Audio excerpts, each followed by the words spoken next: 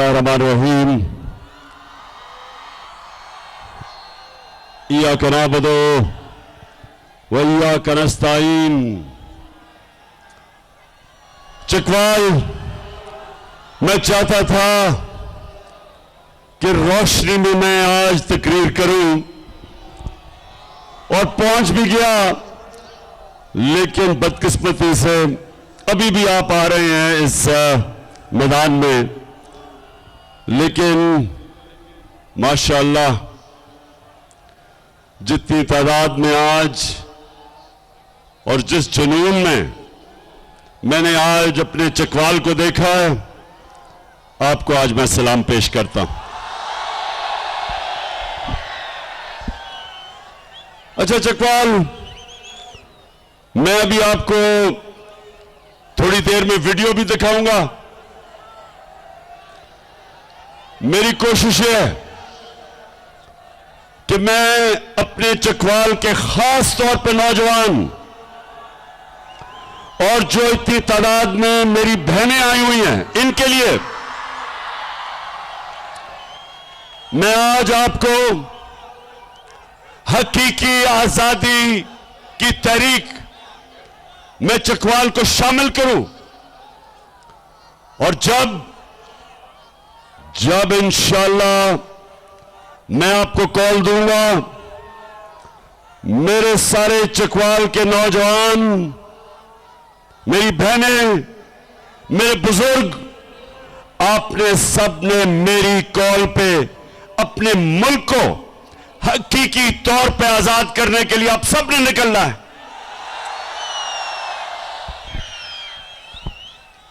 पहले तो मैं आपको खुशखबरी सुनाऊं। कल रात मैंने एक टेलीथॉन किया, सैलाब के जो मुतासरीन हैं उनके लिए पैसे इकट्ठे करने के लिए। यह तीसरा टेलीथॉन था। और चकवाल, आपको हैरत होगी कि 3 टेलीथॉन में मेरी कौम ने 14 अरब रुपया मुझे दिया।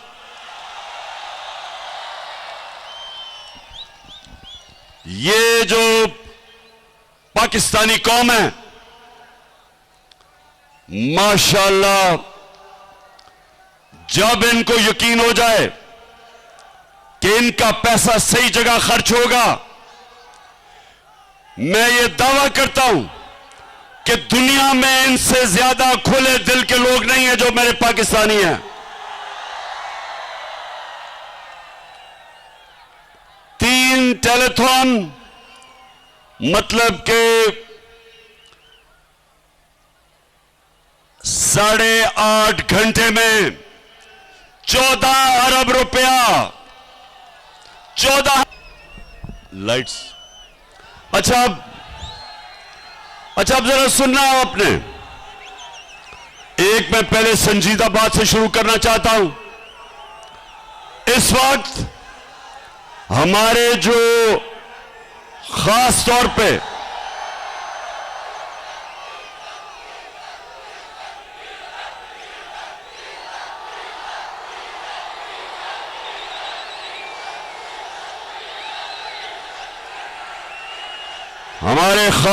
पे सिंध में और बलूचिस्तान के कई हिस्सों में ऐसे हमारे पाकिस्तानी हैं जो बहुत मुश्किलों का सामना कर रहे हैं। और खास तौर पे मुझे खौफ है कि सिंध जिधर पानी खड़ा हो गया है, उधर लोगों की फसलें तबाह हुई, मकई तबाह हुई, चावल तबाह हुआ। जो उन्होंने अपने घरों में दाने रखे हुए थे, बीज रखे हुए थे, वो बह गए। और खौफ यह है कि क्योंकि पानी खड़ा है तो वो गंदम की फसल भी नहीं लगा सकेंगे। इसलिए ये हमारे पाकिस्तानी बहुत मुश्किल में है। और इनकी सबसे बड़ा जो वजह कि आज पानी खड़ा है कि ये जो हुकूमत है सिंध की, पीपल्स पार्टी की, 14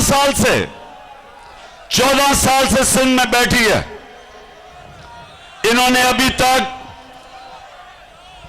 जो दरियाए सिंध के साथ राइट बैंक आउटफॉल जो नहर थी जिसने पानी को लेके जाना था बाहर, जो हमारी हुकूमत थी जब फेडरल गवर्नमेंट, हमने वापडा ने हमारे नीचे 7 तक ये नहर पूरी कर ली, लेकिन 7 से आगे जो सिंध हुकूमत ने लेके जानी थी वो पूरी नहीं हुई, जिसकी वजह से जब बारिश आता है और पानी आता है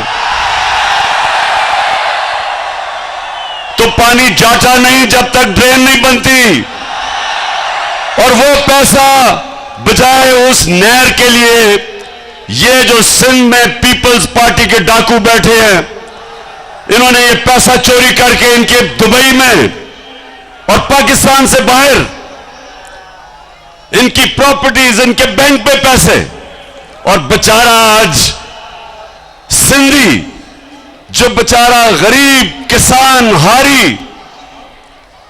देखने वाले उनका हाल क्या है। और जब ये हालात थे तो आज बेहिसी देखें, उसकी बेहिसी देखें शहबाज शरीफ की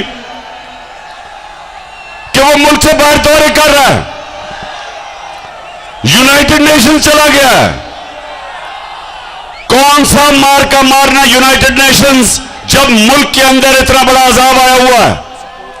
3 करोड़ पाकिस्तानी मुतासिर है सैलाब से। कौन सा मुल्क का सरबराह मुल्क से बाहर तब जाता है जब इतना बड़ा है मुल्क के ऊपर अल्लाह का इम्तिहान आया हो। और दूसरी तरफ जो 14 साल से पीपल्स पार्टी का चेयरमैन बिलावल भुट्टो, देसी विलायती,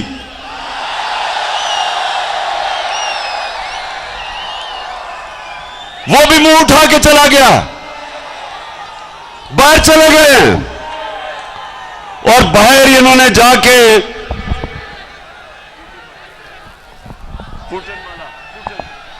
अब बाहर तो चले गए, तो चले, अगर बाहर जाना था तो चलो कोई पाकिस्तान की इज्जत में इजाफा ही कर देते।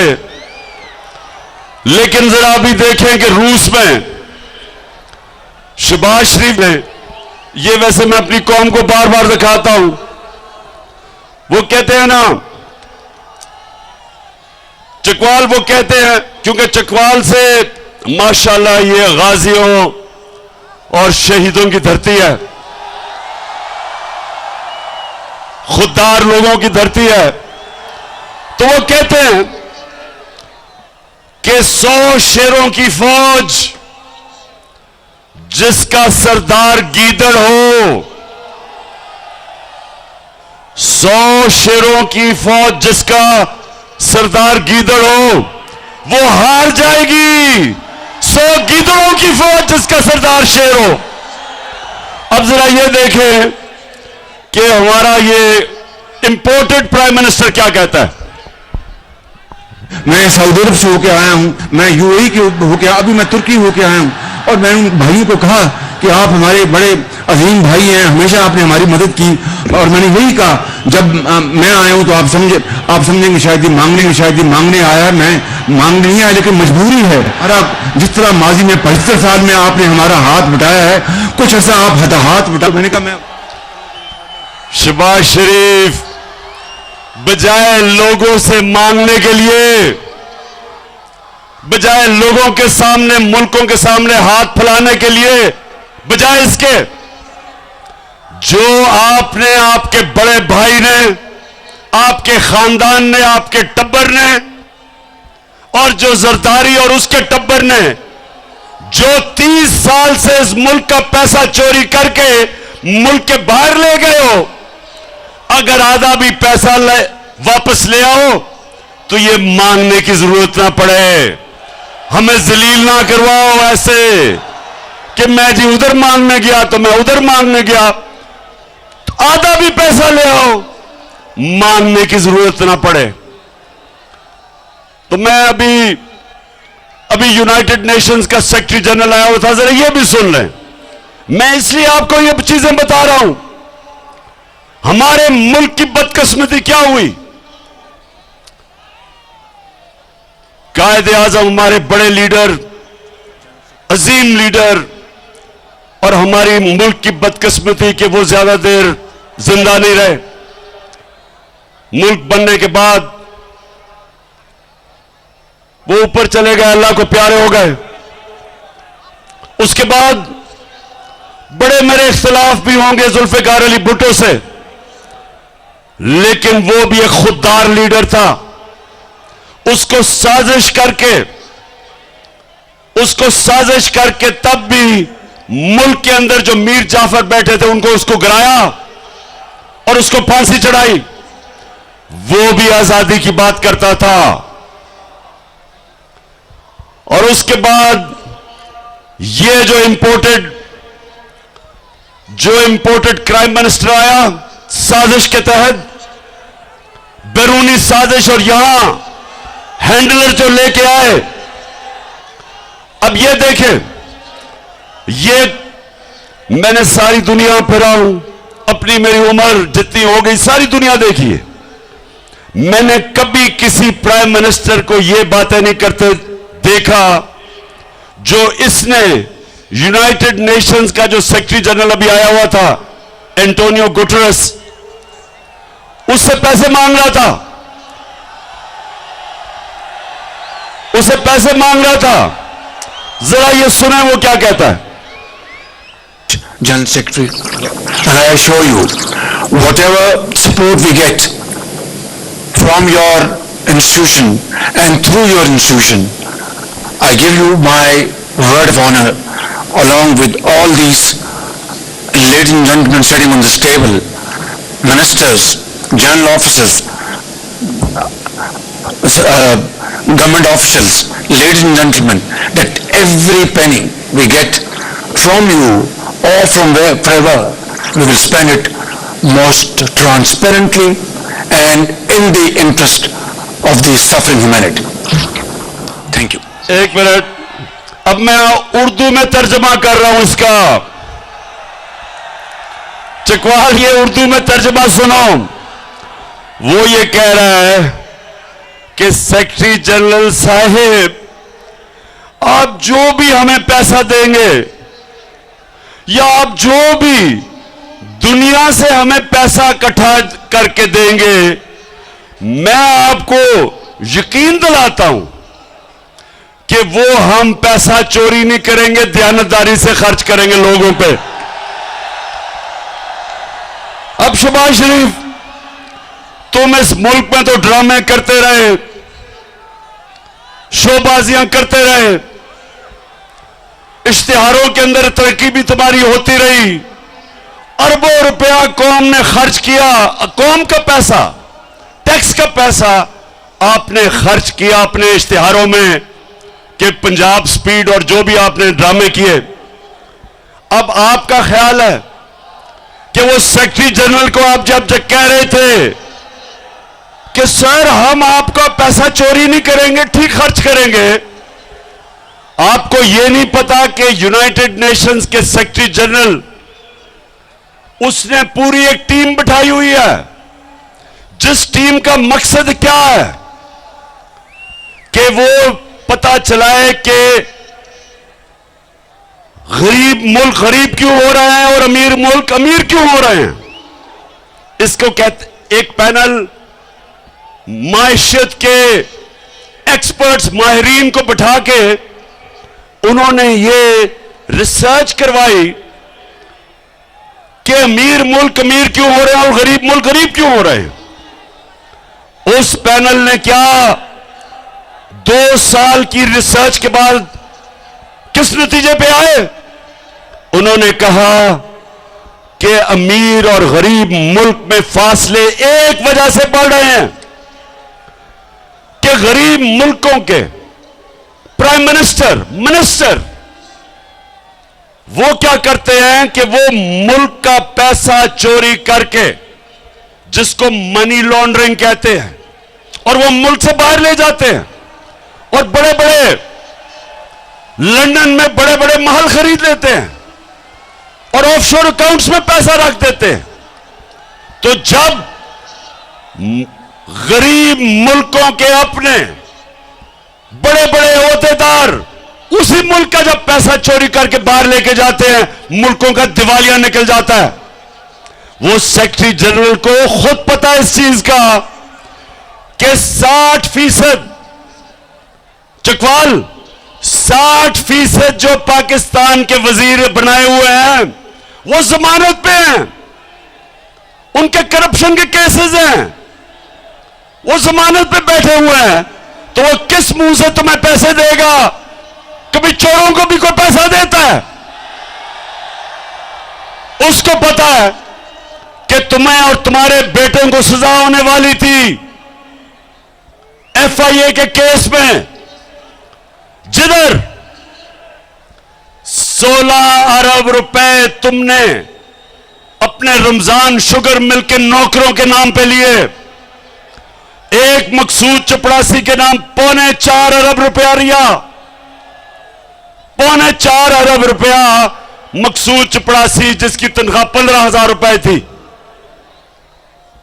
और वो मकसूद चपड़ासी भी आते साथ ही तुम्हारे मर गया, 3 और गवाह भी मर गए, सब हार्ट अटैक से मर गए। और फिर डॉक्टर रिजवान जो FIA का इन्वेस्टिगेट कर रहा था वो भी हार्ट अटैक से मर गया।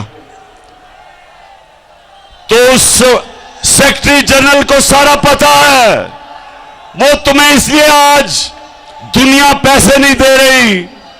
इतना बड़ा सानिया हुआ पाकिस्तान में, क्यों दुनिया पैसे नहीं दे रही?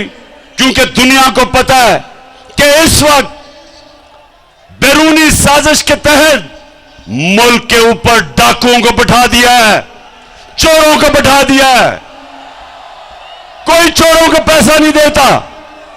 और आपको मैं आज बता रहा हूं, 8 घंटे के अंदर इसी कौम ने 14 अरब रुपया हमें दिया टेलीथॉन में मुतासरीन के लिए, क्योंकि उनको पता है कि इमरान खान के बाहर पैसे नहीं, उसके बाहर प्रॉपर्टीज नहीं, उसके बाहर, और जो भी इमरान खान का बाहर था सब बेच के आज पाकिस्तान ले आया है, या चोरी करके पैसा बाहर लेके जाए। कौन आपको पैसा देगा? और ये हुई चकवाल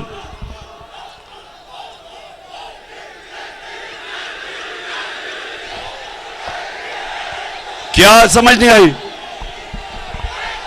समझ नहीं आई? अच्छा चकवाल, तुम तैयार हो ना सारे? मैंने तुम्हें कॉल देनी है, आपने मेरे साथ इन चोरों को शिकस्त देने के लिए निकलना है।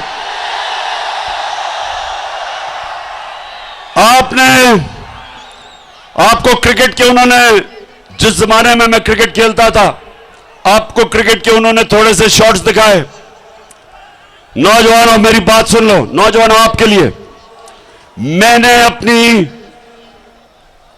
20 साल इंटरनेशनल क्रिकेट खेलने के बाद सबसे बड़ा सबक क्या सीखा? वो क्या मैंने सबक सीखा?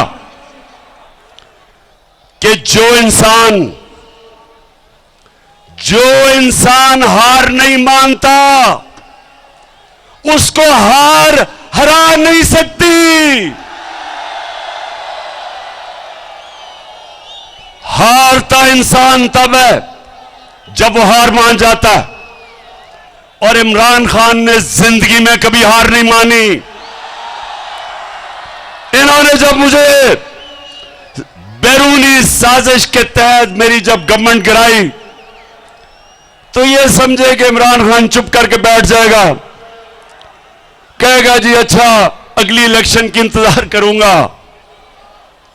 इनको यह पता होना चाहिए था कि इमरान खान अपने पैर पे खड़ा होके इस मुल्क की, अगर इस मुल्क की क़यादत पे पहुंचा था तो अपने पैर पे खड़ा होके पहुंचा था।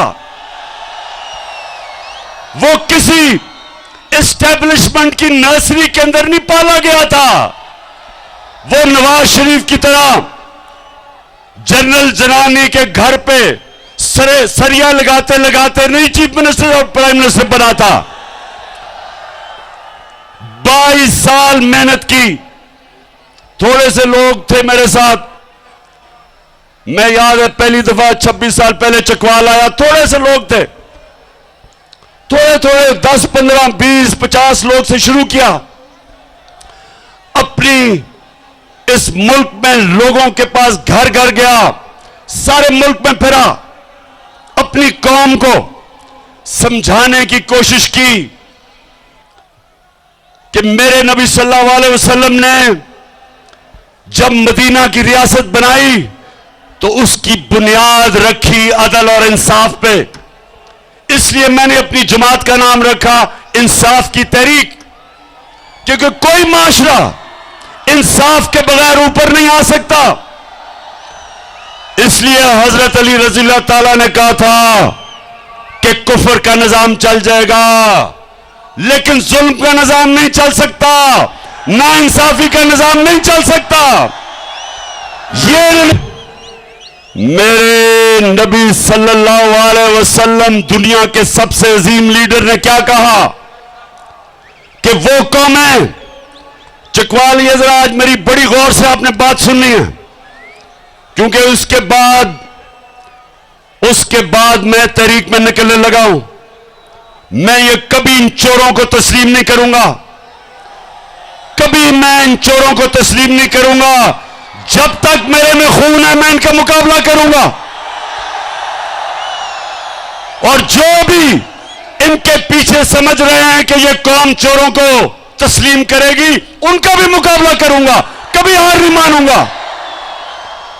मेरे नबी सल्लल्लाहु अलैहि वसल्लम ने कहा था, चकवाल नौजवानों, ये आपके लिए खास तौर पे मेरा काम है आपकी तरबियत करना। मैं आपका बाप की तरह हूं और मैं जिस तरह अपने बेटों को समझाता हूं कि आपके सामने दो रास्ते हैं। जब आप नमाज पढ़ते हैं तो सिर्फ अल्लाह से आप मांगते हैं वो रास्ता जिस पे अल्लाह ने लोगों पे नेमतें बख्शी। आप अल्लाह से कहते हैं वो रास्ता नहीं जो तबाही का रास्ता है। आप सबके सामने दो रास्ते हैं। एक रास्ता है कि इन चोरों की हम गुलामी करें, यह तबाही का रास्ता है। दूसरा रास्ता है कि हम अपने नबी सल्लल्लाहु अलैहि वसल्लम की सुन्नत के ऊपर चलते हुए राय हक पे खड़े हों। अमर बिल मारूफ जो कुरान में अल्लाह में हुक्म देता है कि अच्छाई के साथ खड़े हो और बुराई के खिलाफ जहाद लड़ो। अगर आपके कैबिनेट 60% लोग चोरी के ऊपर जमानत पे हो, आसिफ जरदारी जैसा डाकू, मुल्क का बड़ा डाकू, वो और उसका देसी वलैती बेटा अगर वो आज वजीर हो, और शहबाज शरीफ जैसा डाकू अगर वो आज हमारा प्राइम मिनिस्टर हो, तो मेरी कौम सुन लो, आपका कोई मुस्तकबिल नहीं है। 5 महीने में इन्होंने क्या किया पाकिस्तान के साथ, जरा गौर से सुनो। मैं आपको अदाद और शुमार बता रहा हूं कि इस मुल्क से हुआ क्या है 5 महीनों में। जब इन्होंने हमारी हुकूमत गिराई और इन्होंने सबने एक बात कही कि जनाब महंगाई बहुत बढ़ गई, इमरान खान से महंगाई कंट्रोल नहीं हो रही। इनके साथ इनके लिफाफे सहाफी जो पैसे लेके अपने जमीर बेचते हैं, और वो मीडिया हाउस, और आपको सबको पता है वो मीडिया हाउस जिसको पैसे दे के जो मर्जी मुल्क के खिलाफ करवाना हो करवाओ, चोरों को भी चोरी भी बचाने के लिए तैयार। इन सबको इन्होंने मिला के हमारे खिलाफ, मेरे खिलाफ प्रोपेगेंडा किया। कि माइशत तबाह हो गई, महंगाई आसमानों पे चली गई, महंगाई मार्च कर दी, देसी विलायती बिलावल ने महंगाई मार्च कर दी,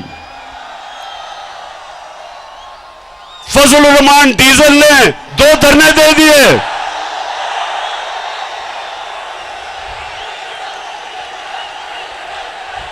दो दफा मिस्टर डीजल इस्लामाबाद आ गए गवर्नमेंट गिराने के लिए। कोई एफआईआर नहीं काटी, कोई रास्ते नहीं रोके, कोई तशद्दुद नहीं किया। हमने कहा तुम्हारा जमहूरियत आ जाओ। जब आप जरा गौर से एक एक चीज नोट करें, जो मैं कह रहा हूं, जिनको अपना फोन, मोबाइल फोन इस्तेमाल करना आता है, आप गूगल करके सारी आप चीज चेक कर सकते हैं कि मैं सच बोल रहा हूं या नहीं। जिस दिन इन्होंने अदम एतमाद किया हमारे ऊपर, जिस दिन उन्होंने अदम एतमाद किया, तो डॉलर पाकिस्तान में 178 रुपए का था। फिर से सुन लो, $1 पाकिस्तान। और से एक एक चीज नोट करें, जो मैं कह रहा हूं, जिनको अपना फोन, मोबाइल फोन इस्तेमाल करना आता है, आप गूगल करके सारी आप चीज चेक कर सकते हैं कि मैं सच बोल रहा हूं या नहीं। जिस दिन इन्होंने अदम एतमाद किया हमारे ऊपर, जिस दिन उन्होंने अदम एतमाद किया, तो डॉलर पाकिस्तान में 178 रुपए का था। फिर से सुन लो, $1 पाकिस्तान में उसकी कीमत 178 रुपए की थी। उस वक्त पेट्रोल और डीजल 150 रुपए लीटर था। नोट कर लो, ये 150 रुपया लीटर पेट्रोल और डीजल। आलमी मंडी में तेल $103 का था। आज आलमी मंडी में तेल $93 का है, $10 कम है। आज डीजल 150 रुपए से पहुंचे 250 रुपए पे, 100 रुपया महंगा। आलमी मंडी में तेल कम, डीजल ज्यादा। पेट्रोल आज 80 रुपए ज्यादा महंगा है, जबकि तेल कम इंटरनेशनल मंडी में। बिजली, जिन के पास बिजली के बिल आए हैं, सुनो, हम 16 रुपए यूनिट पे बिजली हमारे जमाने में थी, आज 36 रुपए यूनिट पे, और टैक्स मिला के 50 रुपए यूनिट से भी ऊपर चली गई है। 3 गुना ज्यादा बिजली की कीमत बढ़ गई है। गैस, ये सर्दियों तक IMF कह रहा है 250% ज्यादा बढ़ने वाली है। महंगाई, आटा 55 रुपए किलो था, आज 100 रुपए किलो से ऊपर चला गया और कई जगह मिल ही नहीं रहा। चावल, मैं ख्वातीन बैठी हैं, इनको सब पता ही है मैं क्या कह रहा हूं। चावल गया 100 रुपए से 220 रुपए पे। सुनते जाएं, ये वही 5 महीने के अंदर जिन्होंने कहा था कि महंगाई कम करें, सुने आज अवाम के ऊपर क्या गुजर रही है। आज सारे लोग महंगाई के अंदर पिसे हुए हैं। और कितने वो अखबार जो हमारे जमाने में, और ये जो मीडिया लोगों को कहते थे महंगाई है, आज क्यों चुप हो? बताओ लोगों के ऊपर क्या गुजर रही है आज। और अब दूसरी बात सुने जरा पाकिस्तानियों, मैं चाहता हूं आपको पता चले कि कितनी बड़ी साजिश हुई है आपके मुल्क से। ये जो इन्होंने अमेरिकियों के साथ मिलकर यहां के गद्दारों ने जो साजिश की, सारी कौम को पता होना चाहिए उन्होंने क्या क्या हमारे साथ। हम जब, और ये एक माइशत के ऊपर हर साल हुकूमत एक पेपर प्रिंट करती है जो माइशत का जायजा लेती है, और उसको कहते हैं economic journal of Pakistan, economic survey of Pakistan. वो क्या कहती है? वो इस हुकूमत ने इकोनॉमिक सर्वे प्रिंट की, इस हुकूमत ने, हमने नहीं की। वो क्या कहती है? पाकिस्तानियों, 17 साल में, हमारे तीसरे और चौथे साल में, 17 साल के बाद सबसे ज्यादा हमारी माशी तरक्की हुई, 5.6% और 6% चौथे साल पे। ये 17 साल के बाद मुल्क की माशियत ऊपर गई। हमारी 17 साल के बाद इंडस्ट्री, सनत 11% के ऊपर आगे बढ़ रही थी। हमारे किसानों के पास, कभी किसानों के पास इतना पैसा नहीं आया जो हमारे आखिरी 2 साल में आया। 4 बड़ी फसलों की रिकॉर्ड पैदावार थी, 4 बड़ी फसलों की रिकॉर्ड पैदावार थी। गन्ने के जो बेचारे किसान थे, हमने शुगर माफिया से उनको पूरी कीमत लेने दी, पूरा पैसा दिलवाया। हमने खादें नीचे रखी। ट्यूबवेल पे हमारे दौर पे यूनिट 8.5 रुपए यूनिट था, आज 36 रुपए यूनिट है। किसानों का इन्होंने माशी कत्ल कर दिया। डीएपी 8,000 हमारे दौर में आज 14,000 है। पोटाशियम 4,000 हमारे दौर में थी, आज वो 16,000 पे चली गई है।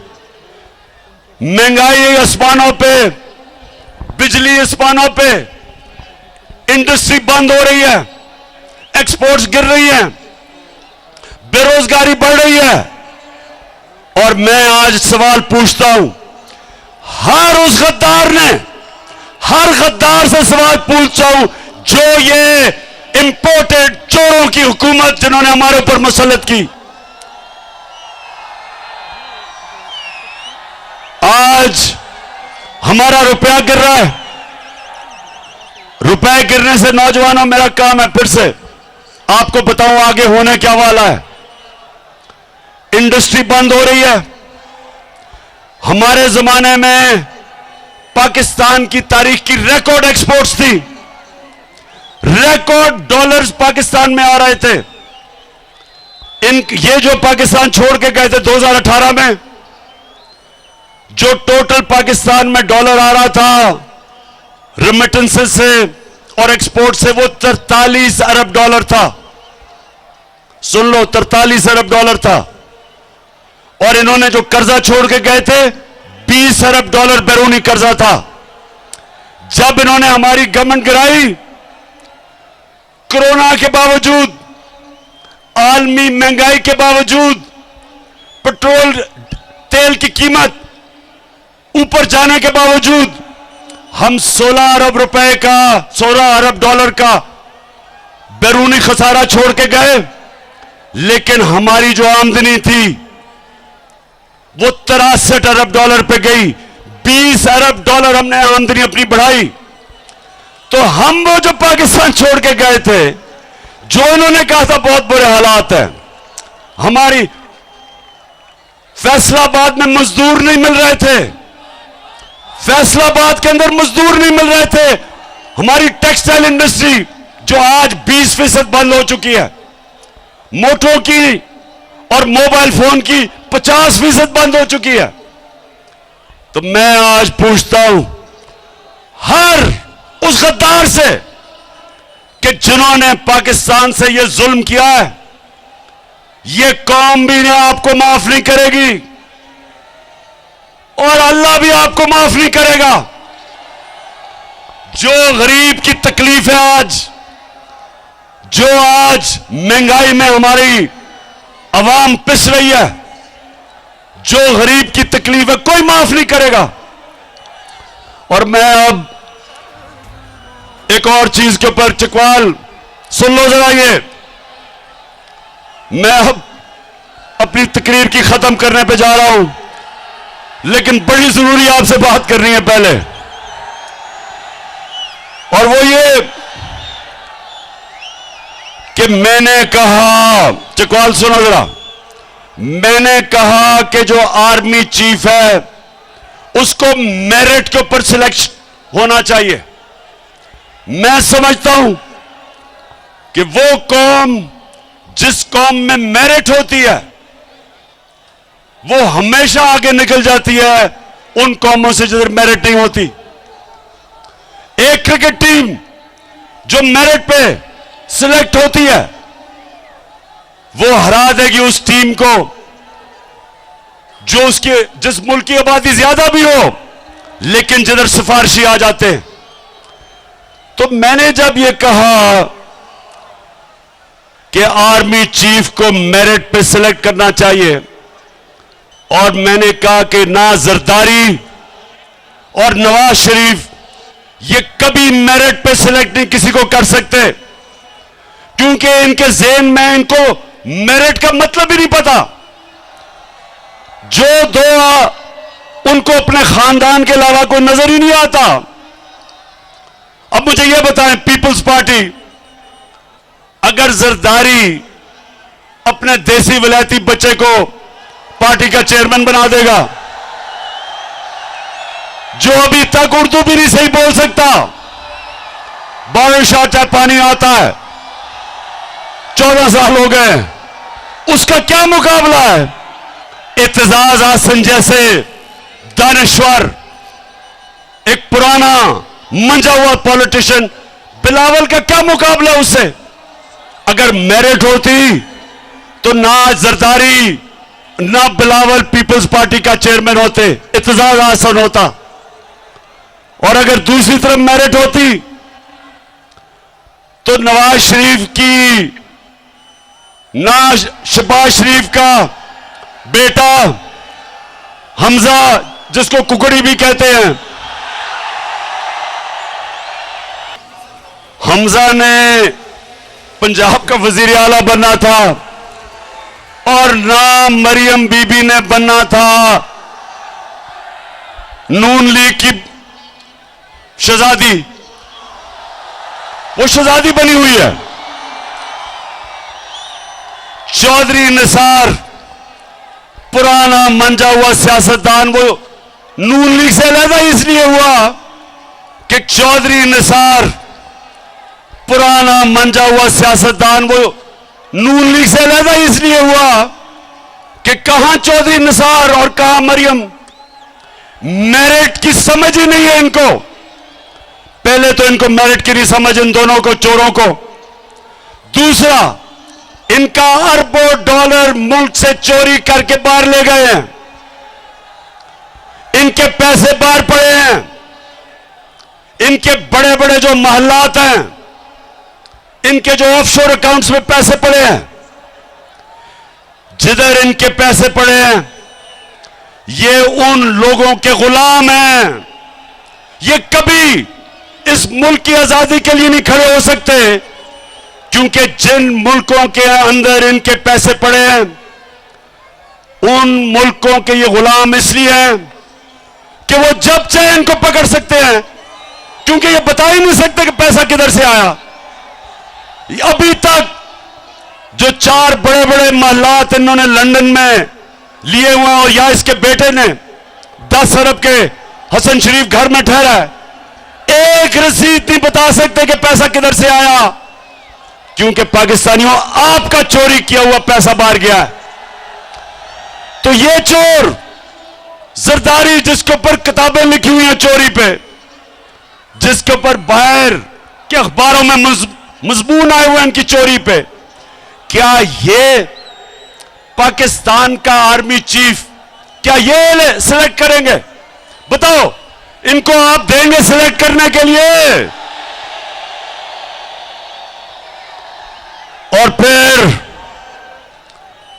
और फिर नवाज शरीफ मफरूर है। नवाज शरीफ झूठ बोल के मुल्क से बाहर गया है। मुशर्रफ के दौर पे भी ये झूठ बोल के बाहर गया था, कहता था मैंने कोई मुआहदा नहीं किया। फिर सऊदी शहजादा आया और उसने पाकिस्तान में मुआहदा दिखाया कि इसने 10 साल का मुआहदा करके बाहर भागा था। अब फिर झूठ बोल के जी और नवाज शरीफ उसकी सेहत इतनी खराब है, फिर बाहर भाग गया। और शहबाज शरीफ ने एफिडेविट दिया था अदालत में कि ये वापस आएगा, कि बीमार है। दूसरे झूठा भी है, डाकू भी है, मफरूर भी है, बुज़दिल भी है। तो क्या ये आर्मी का चीफ ये सिलेक्ट करेगा? मैं आज अपने DGISPR से ये जरूर सवाल पूछूंगा कि आपने कम से कम समझ तो जाना था मैं क्या कह रहा हूं। आज सारी कौम मेरे साथ खड़ी है कि इन चोरों को कभी सिलेक्ट नहीं करना चाहिए पाकिस्तान का आर्मी चीफ। और जरा मैं अब आपको थोड़ी सी जरा वीडियो दिखा दूं, क्योंकि जो नवाज शरीफ ने जिसको सिलेक्ट किया अपनी बेटी को, बेटी ने 1 घंटा जिंदगी में काम नहीं किया। 1 घंटा जिंदगी में काम नहीं किया, उसको पता ही नहीं है मेहनत क्या है। बेटी की जो सबसे बड़ी, नवाज शरीफ की बेटी की जो सबसे बड़ी क्वालिटी है, उसकी जो सिफ्त है वो ये है कि झूठ बोलने में उसने PhD ली हुई है। ये जरा आप सुने, मरियम से किसी ने पूछा कि जनाब आपके अरबों रुपए के बाहर महलात हैं। मरियम से पूछा कि आपके अरबों रुपए के बाहर महलात हैं, ये आज से 10 साल पहले। तो मरियम बीबी क्या कहती हैं जरा सुने। इस तरह मुझे लगा कि आप लोगों को बेवकूफ नहीं बना सकते। मेरी सेंट्रल लंदन में प्रॉपर्टीज तो दूर की बात है, मेरी पाकिस्तान में भी कोई प्रॉपर्टी नहीं है। मैं अपने वालिद के साथ है और मुझे समझ नहीं आई कि मेरी और मेरी वालदा की और बहन भाइयों की प्रॉपर्टीज ये कहाँ से निकाल के ले आए हैं। मेरे नाम पाकिस्तान में कोई प्रॉपर्टी नहीं है, ये तो इंडियन की बात है। बेचारी के पास पाकिस्तान में प्रॉपर्टी नहीं है। ये बेचारी वो एहसास प्रोग्राम में इसने अपनी दरखास्त दी हुई है कि मुझे कोई घर दे दें सूद के बगैर, मैं बड़े बुरे हालात है मेरे। अच्छा, अब नौजवानों एक चीज और याद रखना, कभी एक हदीस ना भूलना। मेरे नबी सल्लल्लाहु अलैहि वसल्लम ने एक दफा कहा कि शैतान इंसान के गुनों को नशर करता है, अल्लाह अल हक है, उसका वादा है कि सच सामने आना है, सच का खुदा है।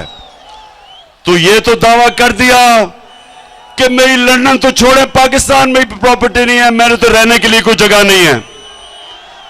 उसको नहीं पता था कि अल हक ने 4 साल के बाद एक इंटरनेशनल इंकशाफ कर देना है। पैनामा पेपर्स, एक दुनिया में इंकशाफ हो गया कि जिन्होंने अपनी प्रॉपर्टीज छुपाई हुई थी वो सारा सामने आ गया। तो जब वो सामने आया तो चकवाल ये गौर से सुने मरियम के भाई क्या कहते हैं। बात को तस्लीम करता हूँ कि अल्हम्दुलिल्लाह पाक लेन के ऊपर जो अपार्टमेंट्स हैं वो अल्हम्दुलिल्लाह हमारे हैं। मैं इस बात को तस्लीम करता हूँ कि उनको ऑफशोर कंपनीज नेस्को लिमिटेड और नीलसन लिमिटेड जो है उनको ओन करती हैं। और मैं आपको ये भी अर्ज करता हूँ उनको होल्ड कर रही है इस वक्त मरियम नवाज शरीफ, मेरी हमशीरा जो है। ना तो सिर्फ वो हमारे हैं, बल्कि वो जो कह रही थी 4 साल पहले कि मेरी तो लंदन छोड़ो पाकिस्तान में भी कोई प्रॉपर्टी नहीं, वो उसकी थी प्रॉपर्टी। अरबों रुपए के लंदन के 4 महलात मरियम के नाम पे थे। अब मैं मरियम को एक चीज आपको मुझे मानना पड़ेगा, मैंने कभी किसी को इतने सीधे मुंह से झूठ बोलते नहीं देखा। अब ये जरा देखें कि मरियम से किसी ने पूछा, जब पूछा कि ये तो आपकी प्रॉपर्टीज हैं, पैसा किधर से आया, तो मरियम अब क्या कहती है, जरा ये देखें।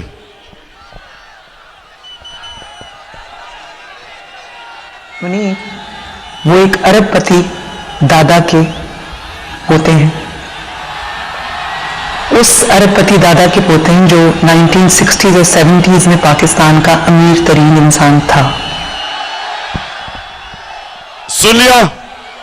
उसने कहा कि अब बाप का तो कह नहीं सकती थी कि बाप के पैसे से खरीदे हैं, क्योंकि बाप ने तो अपनी इनकम टैक्स में बताया नहीं था कि पैसे हैं उसके पास।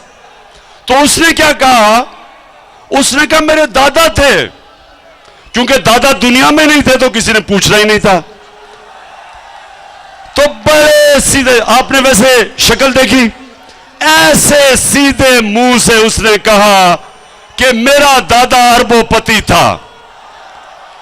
अच्छा, अब जरा ये देखें, अब मरियम का दादा शहबाज शरीफ का वालिद था, मरियम का दादा शहबाज शरीफ का भी वालिद था। अब शहबाज शरीफ अपने बाप के मुतालिक क्या कहता है?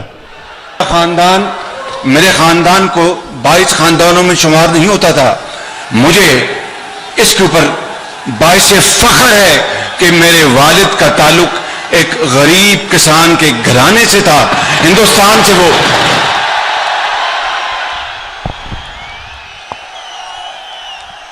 तो मेरी बहनें आप देख रही हैं, बहनें देख रही हैं कि एक इतना बड़ा झूठ बोलो लेकिन एक लाइन भी टस से मस ना हो। ऐसे सीधे मुंह से झूठ मैंने कभी किसी को बोलते नहीं देखा। ट्रिपल PhD है वैसे झूठ बोलने की वो। अच्छा, अब मैं आखिर में चकवाल, पहले तो मैं आपके जज्बे और जुनून को खास तौर पे आज खराज तहसीन पेश करता हूं।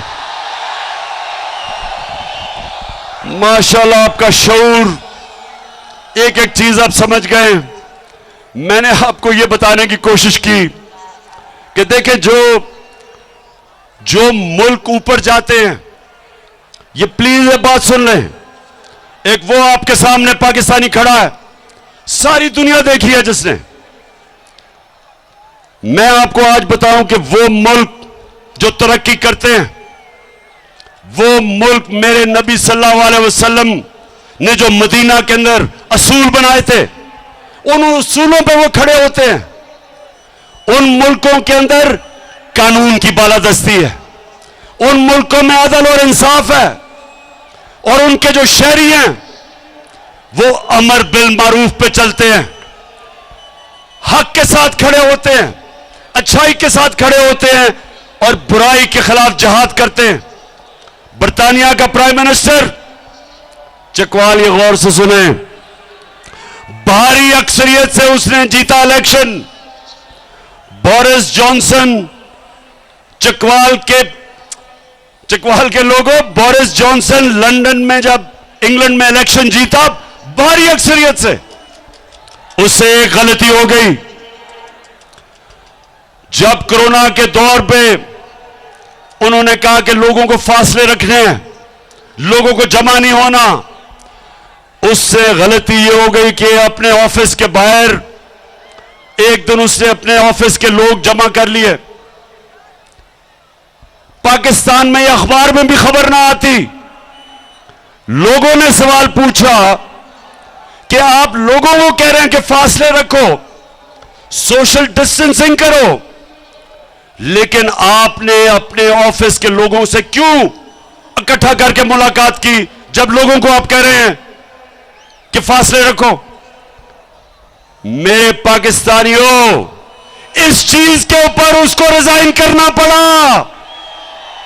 इस चीज पे यह 16 अरब रुपए का डाका मारा है और उसको वजीर आजम बना दिया, उसके बेटे को बना दिया।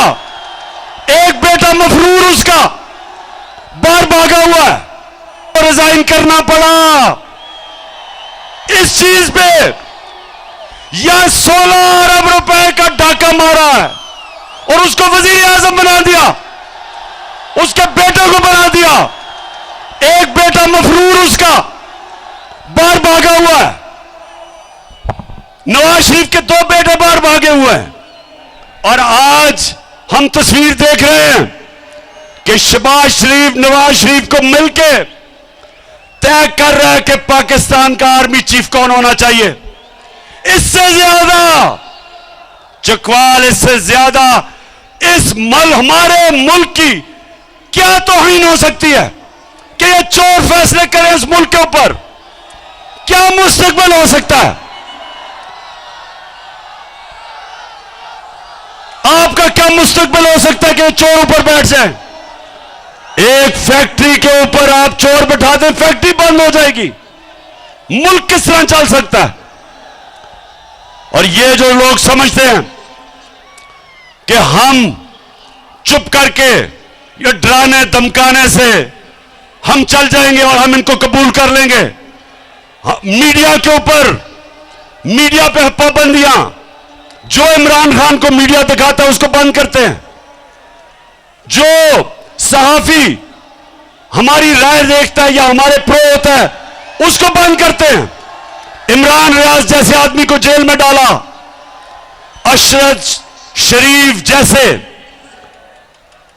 एक गैरतमंद, एक मुहिब वतन पाकिस्तानी को मुल्क से बाहर भगा दिया, साबिर शाकिर को बाहर भगा दिया।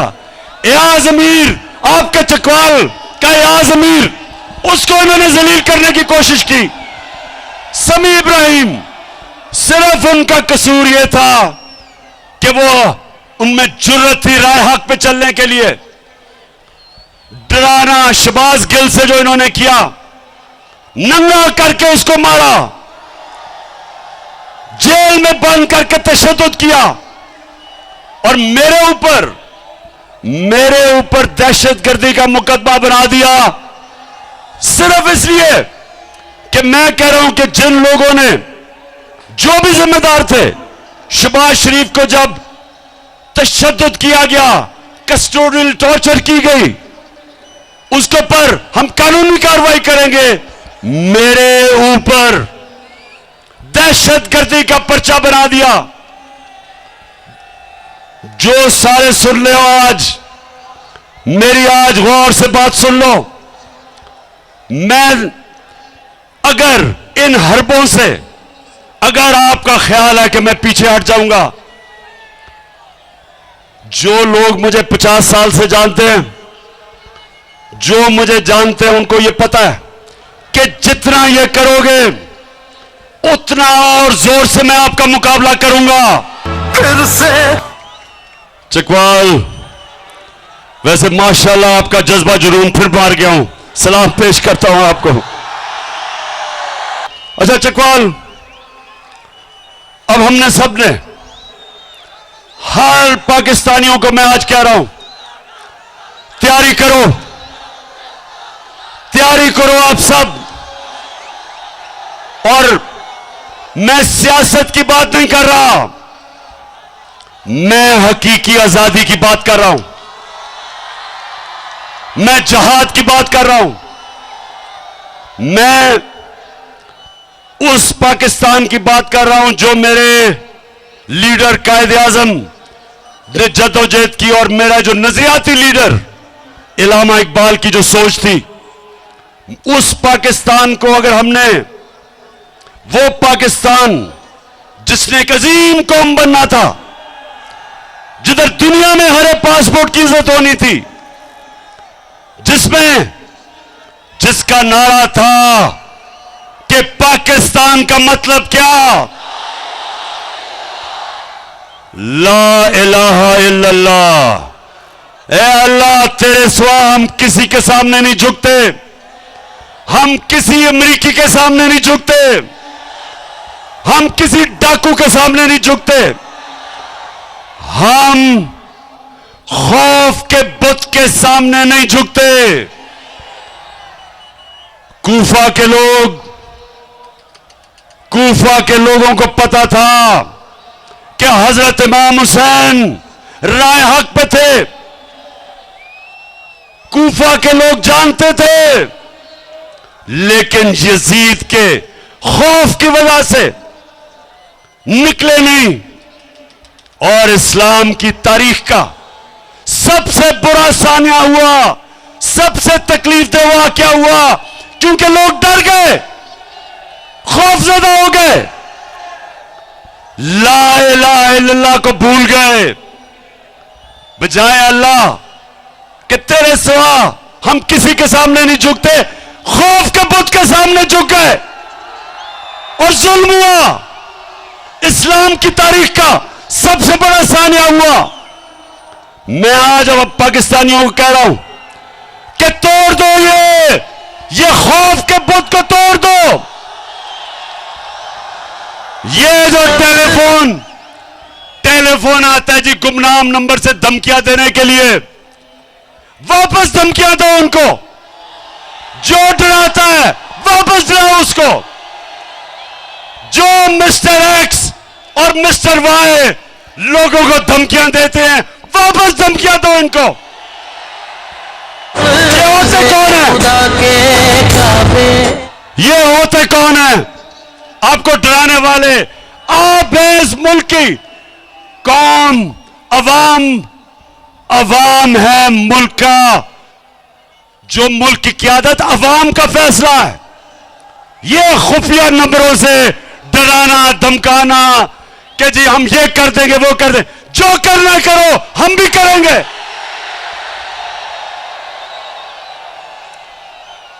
मैं आज अपनी सारी कौम को कह रहा हूं, तैयार हो जाओ। हमने तमाशा देख लिया काफी। ये चोरों को जो दुनिया में जाके हमें जलील करते हैं, दुनिया में मजाक उड़ा है। बाहर मजाहिया प्रोग्राम हुए हैं कि वो जो प्रेसिडेंट पुतिन के सामने बैठ के कैंपेन जिसकी टांग रही थी, सारी जगह में जलील करते हैं। हमने पाकिस्तानी कौम फैसला कर लो कि जो भी हो जाए, हमने अपने मुल्क को हकीकी तौर पे आजाद करना है। तो जकवाल, मेरी कॉल के लिए तैयार हो? मेरी बहनें आप भी तैयार हो? हमारी पाकिस्तान की ख्वातीन भी आज इस हकीकी आजादी की जंग में पूरी तरह शिरकत करेंगी। मेरे नौजवान, आपने तो खैर सबसे ज्यादा तैयार होना है, लेकिन हर पाकिस्तानी को मैं आज कह रहा हूं, आपका कप्तान जब तक उसके अंदर, जब तक मैं जिंदा हूं, मैं इंशाअल्लाह इनका मुकाबला भी करूंगा और इनको शिकस्त भी दूंगा।